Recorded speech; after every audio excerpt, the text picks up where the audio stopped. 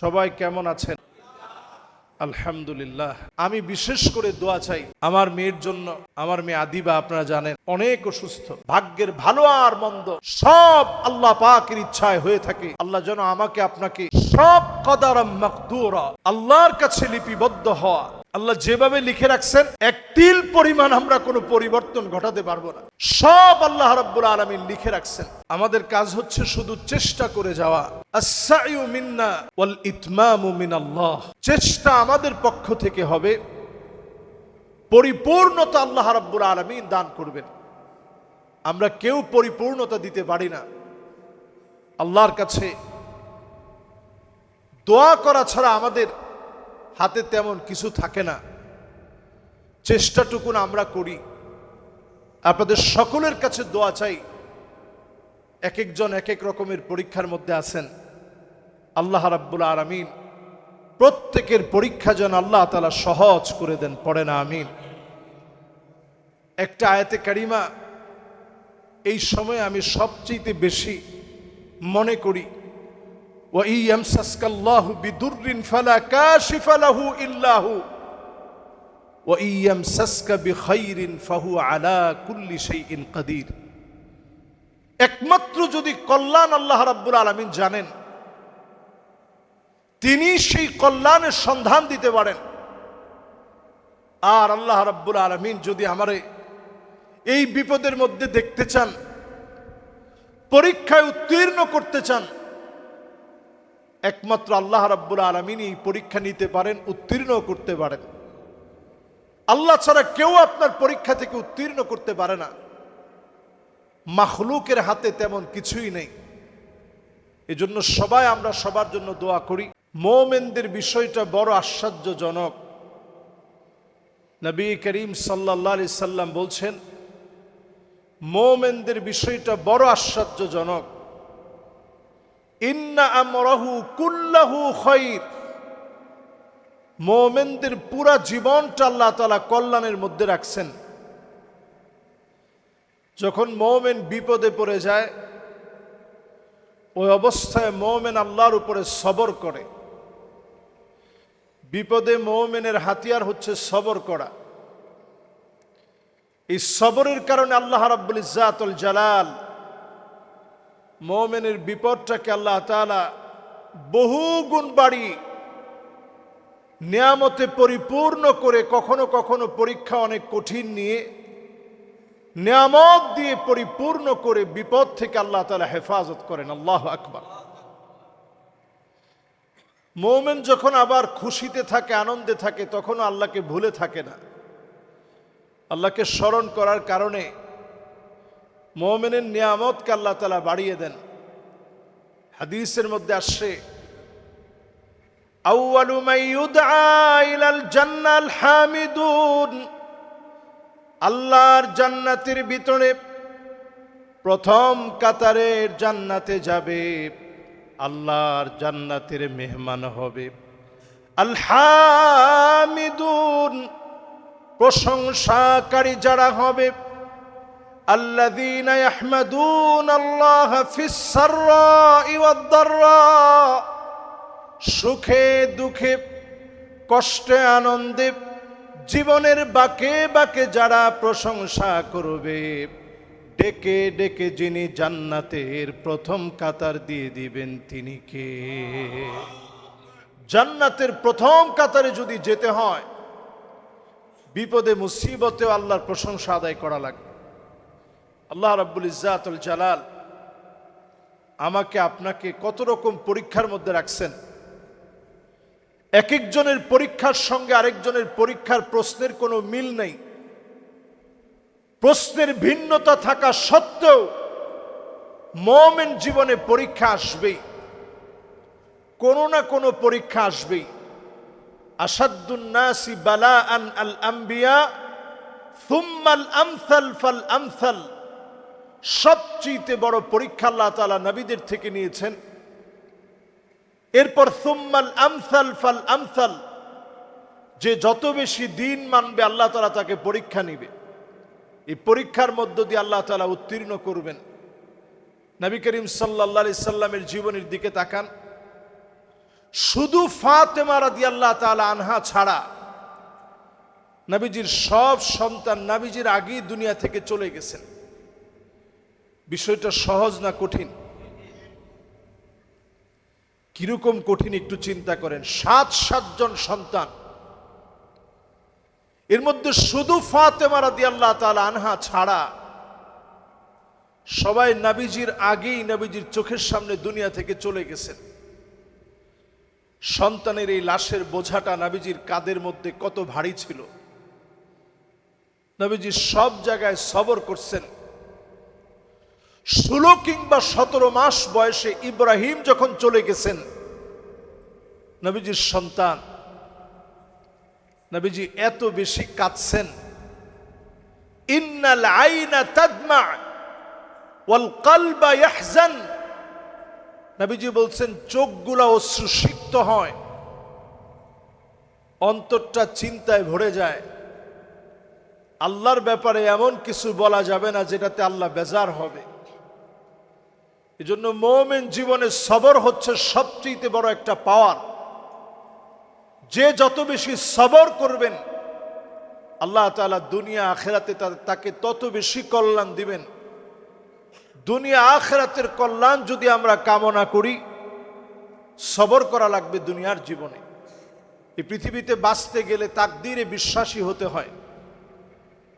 ইমানদারের পরিচয় দিতে হলে তাকদীরে বিশ্বাস করা লাগে। ওয়াল কদরি খাইরিহি ওয়া শাররিহি মিনাল্লাহি তাআলা, ভাগ্যের ভালো মন্দ আল্লাহ তাআলা নির্ধারণ করবেন।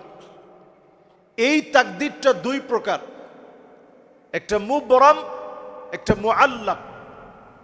একটা নির্দিষ্ট আল্লাহ তাআলা করে দিয়েছেন, এটার কোনো পরিবর্তন নেই। জন্ম, মৃত্যু, জান্নাত, জাহান্নাম আল্লাহ তাআলা নির্ধারণ করে দিয়েছেন, এটার কোনো পরিবর্তন নেই। আরেকটা আল্লাহ তাআলা মুআল্লাক বানিয়েছেন, আল কদরু কদরান। ভাগ্যটা 2 ধরনের। অসুস্থতা আল্লাহ তাআলা কমিয়ে দিবেন, এটা আল্লাহ তাআলা মুআল্লাক বানিয়ে দিয়েছেন। রিজিক আল্লাহ তাআলা বাড়িয়ে দিবেন, এটা আল্লাহ তাআলা মুআল্লাক বানিয়ে দিয়েছেন। আয় ইনকামের ভিতরে আল্লাহ তাআলা বরকত দিয়ে দিবেন, আল্লাহ রাব্বুল ইজ্জাত এটাকে মুআল্লাক বানিয়ে দিয়েছেন। বিপদে পড়তে গিয়েছিলেন, আল্লাহ বিপদ থেকে বাঁচায় দিয়েছেন, এটাকে আল্লাহ তাআলা মুআল্লাক বানিয়ে দিয়েছেন। ঝুলন্ত অবস্থায় আছে। কিছু আমলের দ্বারা আল্লাহ রাব্বুল আলামিন ভাগ্যের এই বিষয়গুলো পরিবর্তন করেন। সুনান তিরমিজির ভিতরে 1 নম্বরে যে আমলের কথা আসছে, লা ইয়ারুদ্দুল কাদা ইল্লা দুআ, ভাগ্য আল্লাহ রাব্বুল আলামিন পরিবর্তন করে না। একমাত্র পরিবর্তন হবে দোয়ার মধ্য দিয়ে। মন থেকে যদি দোয়া করতে পারেন, যিনি আমার আপনার ভাগ্য পরিবর্তন করে দিবেন তিনি কে? মন থেকে দোয়া করা চাই। বিপদে পড়ছেন, মন থেকে দোয়া করেন। আল্লাহর কাছে চোখের পানি মিশিয়ে আল্লাহর সাথে কথা বলেন। এই যে আমরা যত মুনাজাত করি, মুনাজাত মানে চুপি চুপি কথা বলা। আল্লাহর সাথে বান্দা চুপি চুপি কথা বলা, এটাকে মুনাজাত বলে। এই মুনাজাতের সময় চুপি চুপি কথোপকথনের সময়ে মনের সব কষ্টগুলো আল্লাহকে বলেন। মুনাজাতগুলো 3 ভাবে আল্লাহর কাছে কবুল হবে। একটা কবুল হবে মুফাজাআতান, করা মাত্রই কবুল হয়ে যাবে।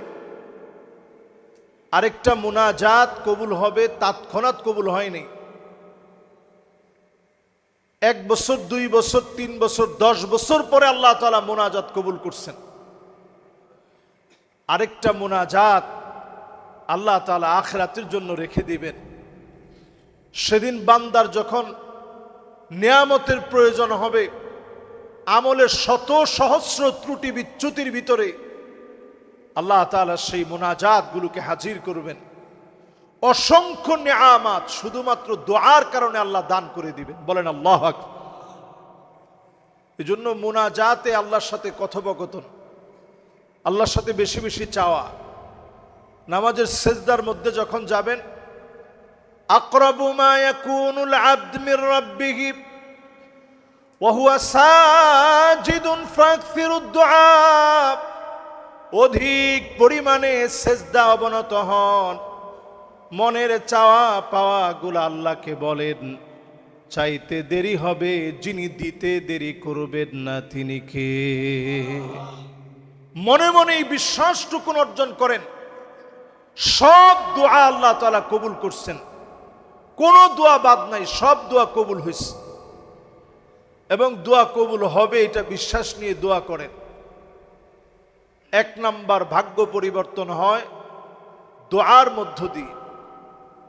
দুই নম্বরে ভাগ্য পরিবর্তন হয় বিররুল ওয়ালিদাইন, লা ইয়ারুদ্দুল কাদা ইল্লাল বির, পিতামাতার সাথে সৎ আচরণ, উত্তম আচরণ, সুন্দর করে আখলাকের সঙ্গে কথা বলা, মাথা নিচের দিকে নামায় কথা বলা, পিতামাতার কাছ থেকে দোয়া নেওয়া, এটার মাধ্যমে আল্লাহ ভাগ্য পরিবর্তন করেন। আমরা এই বর্তমান প্রযুক্তির এই জামানায় পিতামাতার সাথে সুন্দর করে কথা বলাটা আমরা ভুলে গেছি, পিতামাতার কাছ থেকে দোয়া নেওয়া আমরা ভুলে গেছি। পিতামাতার কাছ থেকে দোয়া আনেন, পিতামাতার সঙ্গে সুন্দর আচরণ করেন, পিতামাতার সঙ্গে মাথা নোয়ায় কথা বলেন। একটা সময় ছিল এমন, মানুষ পিতামাতার খাটের মধ্যে বসতে গেলে আগে অনুমতি নিত যে আব্বা বসবো। বাপ যদি বলতো যে বসো বাজান, তাইলে গিয়ে বসতো, নাইলে বসতো না, যে আব্বা এখানে বসে আমি কেমনে বসবো।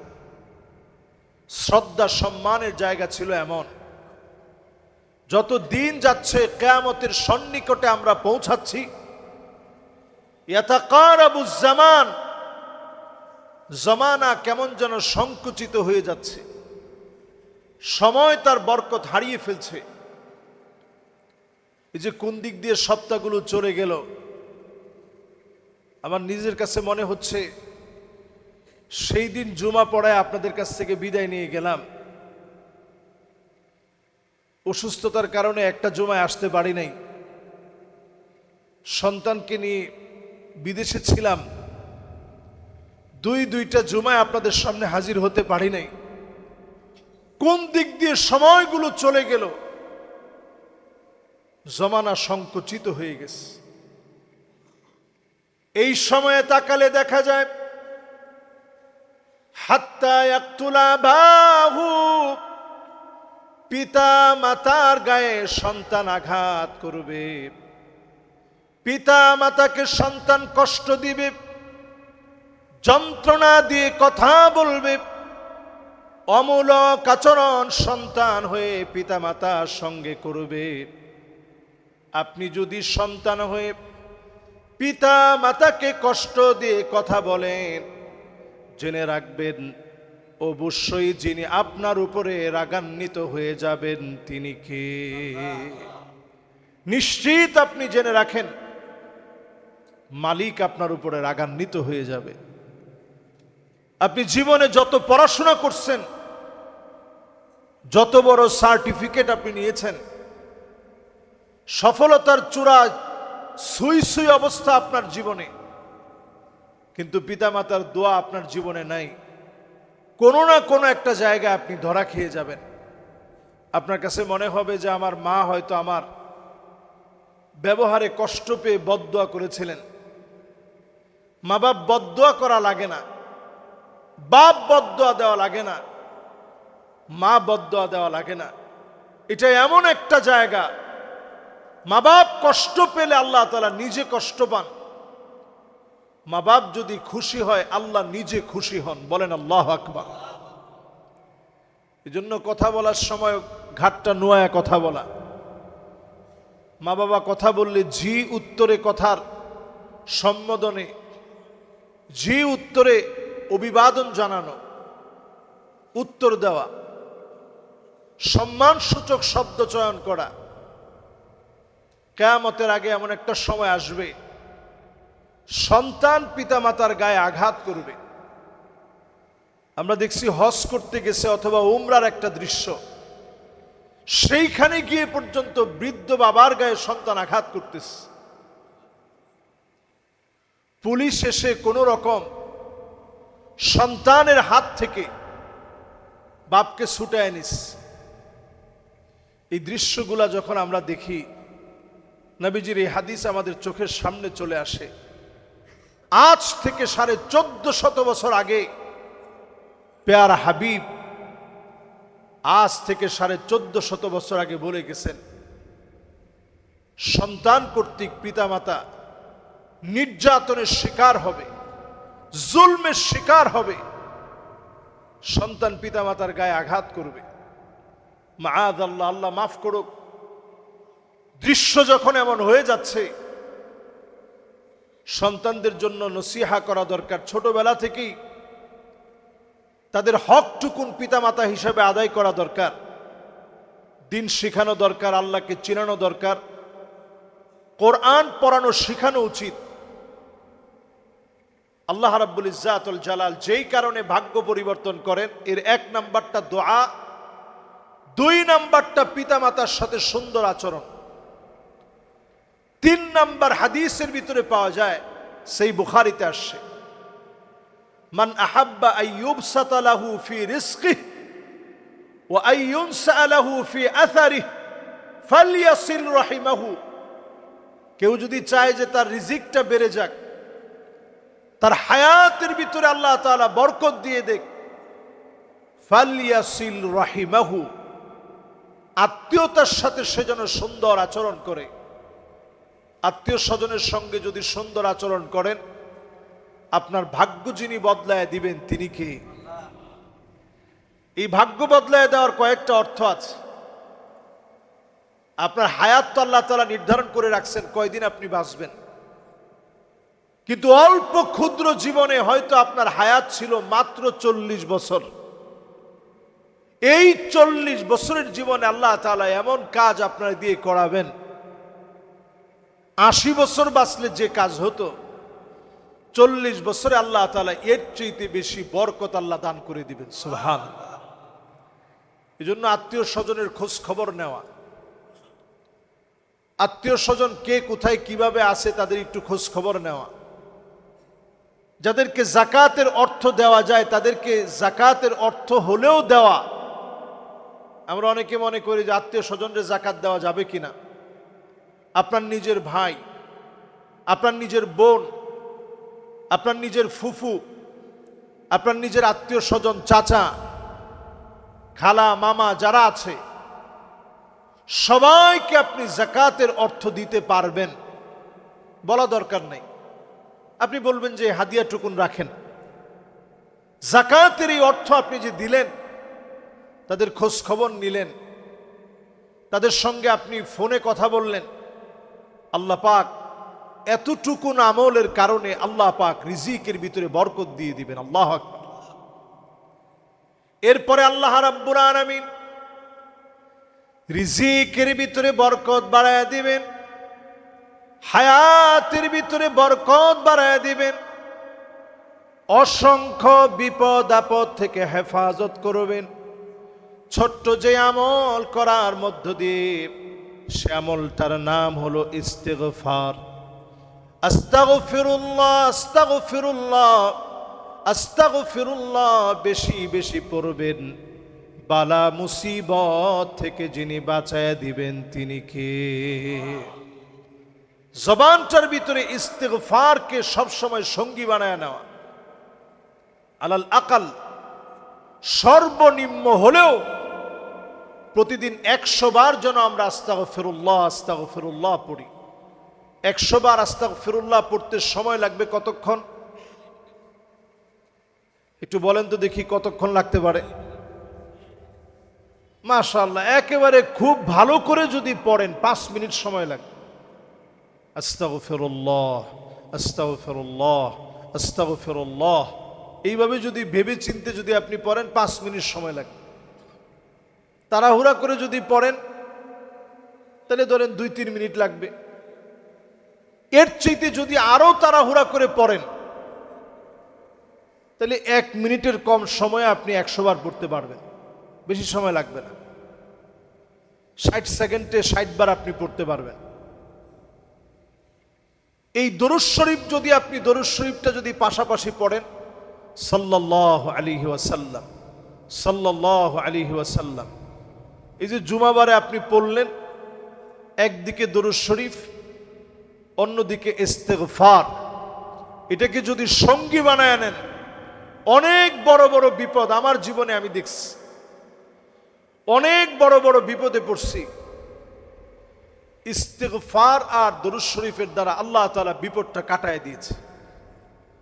শুধু আমার জীবনে না, আপনি আপনার জীবনে হিসাব মিলায় দেখেন আজকে থেকে, ইস্তেগফারকে সঙ্গী বানায় নেন, ঠোঁটটাকে ইস্তেগফার দিয়ে বিঝায়া রাখবেন, অনর্থক কথাবার্তা বন্ধ করে দিয়ে আস্তাগফিরুল্লাহ, আস্তাগফিরুল্লাহ, আস্তাগফিরুল্লাহ বেশি বেশি পড়ার অভ্যাস করেন।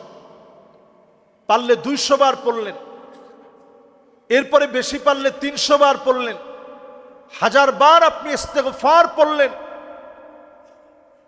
যদি আপনি পড়েন, মান লাজিমাল ইস্তেগফার জাআলাল্লাহু লাহু মিন কুল্লি দাইকিন মাখরাজা ওয়া মিন কুল্লি হাম্মিন ফারাজা।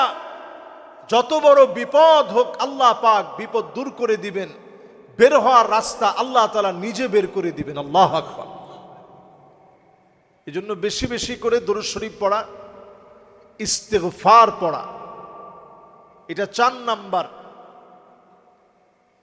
প্রিয় ভাইয়েরা আমার, 5ম নম্বরে তাকদীর পরিবর্তন করার জন্য কিছু কিছু তাসবিহাত আছে। তাসবিহাতের মধ্যে অন্যতম হচ্ছে লা ইলাহা ইল্লা আনতা সুবহানাকা ইন্নী কুনতু মিনাজ জালিমিন। আমরা সবাই পারি এটা? পড়েন তো দেখি সবাই।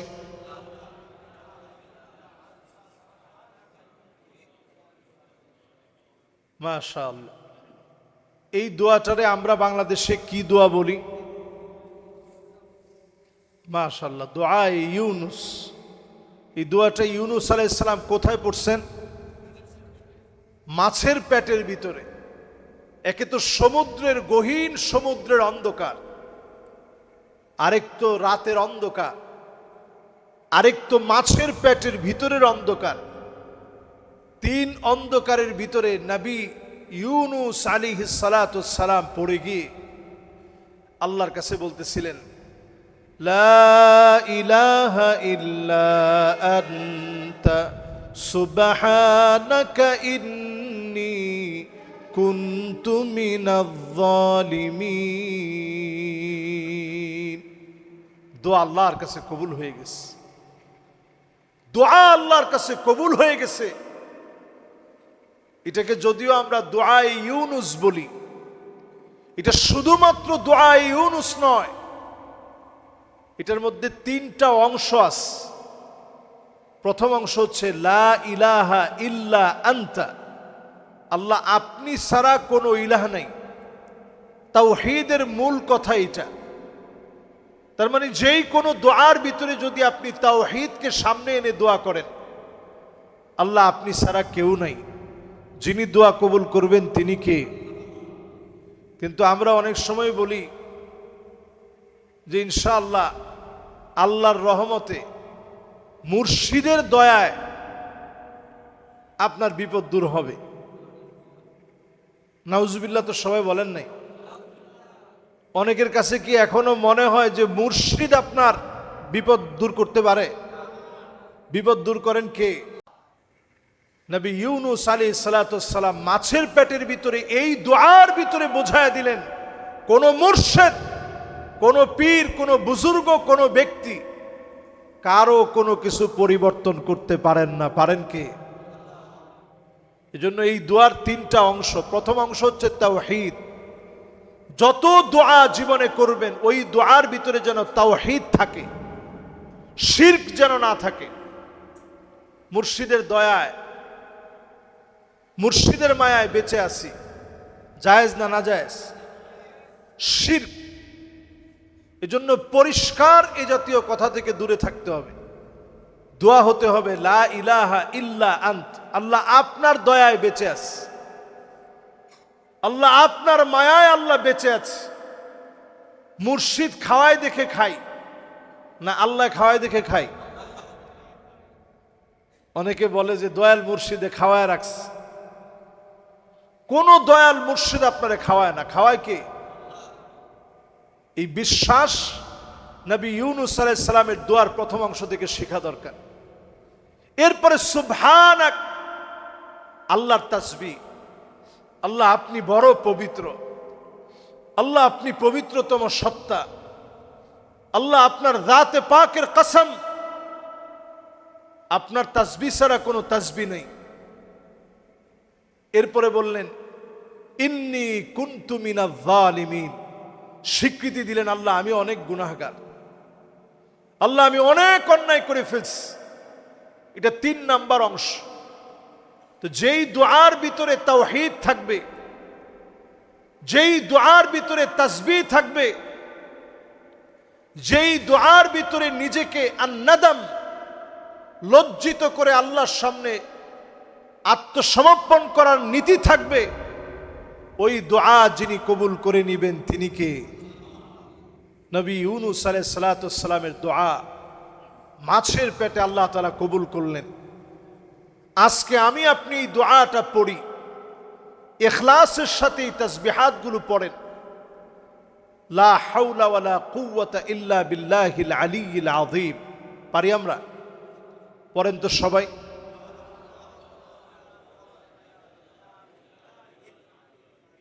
মাশাআল্লাহ। আবার পড়েন লা হাওলা ওয়ালা কুওয়াতা ইল্লা বিল্লাহিল আলিয়্যিল আযীম। অনেকে এখানে আলিয়ুল আযীম পড়েন, হবে আলিয়িল আযীম। আরবি ভাষা সুবহানাল্লাহ। আবার পড়েন লা হাওলা ওয়ালা কুওয়াতা ইল্লা বিল্লাহিল আলিয়্যিল আযীম। পড়ার চেষ্টা করবেন।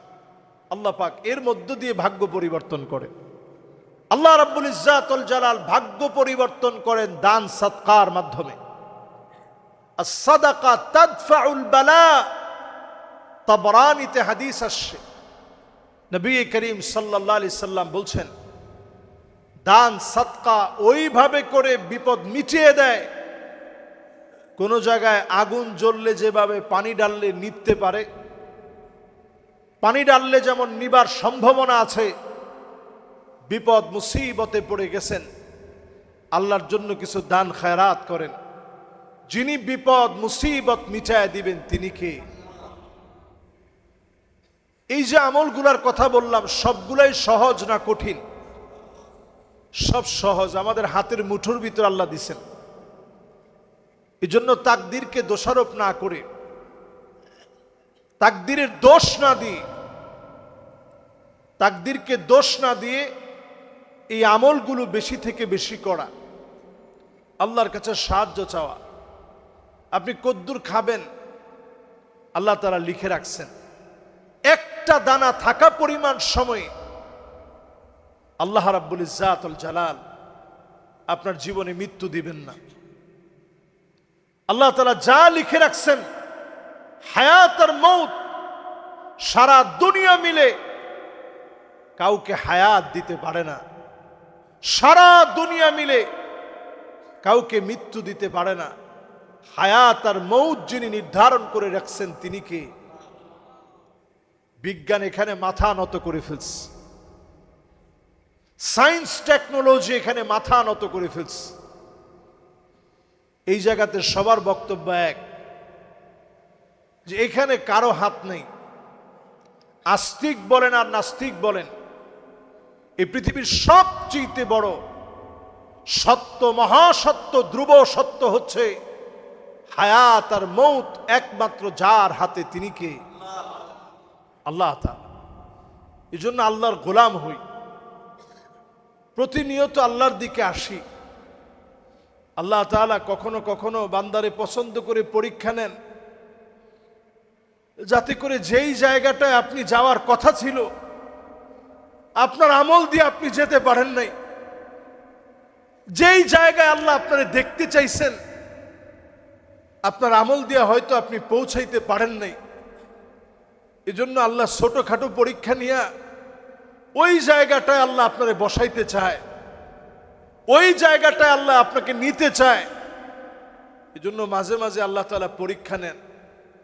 পরীক্ষায় পড়লে মুমিন যেন ঘাবড়ায় না যায়, সবসময় আল্লাহর উপরে ভরসা রাখা, আল্লাহর কাছে বেশি থেকে বেশি দোয়া করা, এবং মনে মনে এই কথাটা ভাবা যে আল্লাহ পরীক্ষা তো সবার চলতেছে, প্রশ্নপত্র হয়তো ভিন্ন ভিন্ন। আল্লাহ একজনের দেখেন সন্তান আদি হয় না, ছোট পরীক্ষা না বড় পরীক্ষা।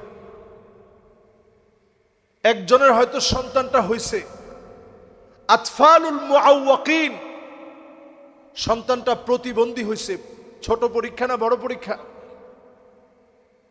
একজনকে আল্লাহ রাব্বুল আলামিন হয়তো মেয়ে দিয়েছেন, ছেলে দেন নাই। অনেক সম্পদ আদি ধন সম্পদ আল্লাহ তাআলা দিয়েছেন, একটাই মেয়ে দিয়েছেন, আল্লাহ তাআলা ছেলে দেন নাই। ছোট পরীক্ষা না বড় পরীক্ষা? এটাও একটা পরীক্ষা আল্লাহ তাআলা নিয়েছেন। কাউকে আল্লাহ রাব্বুল ইজ্জাতুল জালাল সন্তান আদি সব দিয়েছেন, ছেলে দিয়েছেন, মেয়ে দিয়েছেন। ছেলে মেয়ে দুইজনের একজনও মা বাবার কথা শুনে না। পরীক্ষাটা ছোট না বড়? অনেক বড় সম্পদ আল্লাহ তাআলা দিয়েছেন, আগুন লেগে সব শেষ হয়ে গেছে। পরীক্ষাটা ছোট না বড়? কত রকমের পরীক্ষা, প্রশ্ন ভিন্ন ভিন্ন রকমের, কারো প্রশ্নের সঙ্গে কারো প্রশ্নের কোনো মিল নাই। পরীক্ষা চলছে, এই সময়ে সবর করা।